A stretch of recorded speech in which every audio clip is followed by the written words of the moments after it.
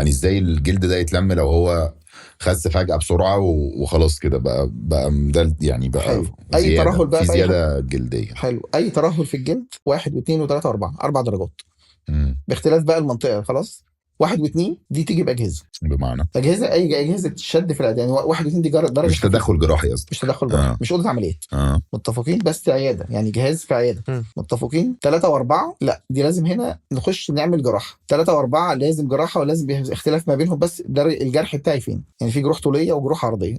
يعني خلينا نتفق ان انت كل مكان هتعمل عمليه وجرحي مش باين، ديفنتلي احسن من يفضل ان الجرح باين. طبعا. متفقين. مم. زي ما مثلا الراجل الطيب ده كان بيقول دلوقتي، الفخذ مثلا، اكيد الجرح اللي مستخبي معايا هنا في كسره الرجل غير الجرح الطولي، صح؟ طبعا. ما فيهوش جدال. مم. 3 نقدر نجيبه بالجرح اللي بالعرض. درجة 4 اللي هي أكتر درجة ترهل في الدنيا هنشوفها، نو واي إنها تيجي غير بجرح بالطول. سؤال جاهل بس معلش، ليه ده؟ ليه؟ انتوا بتقصوا بقى ولا بتنكمش الجلد في العملية؟ لا، بنص.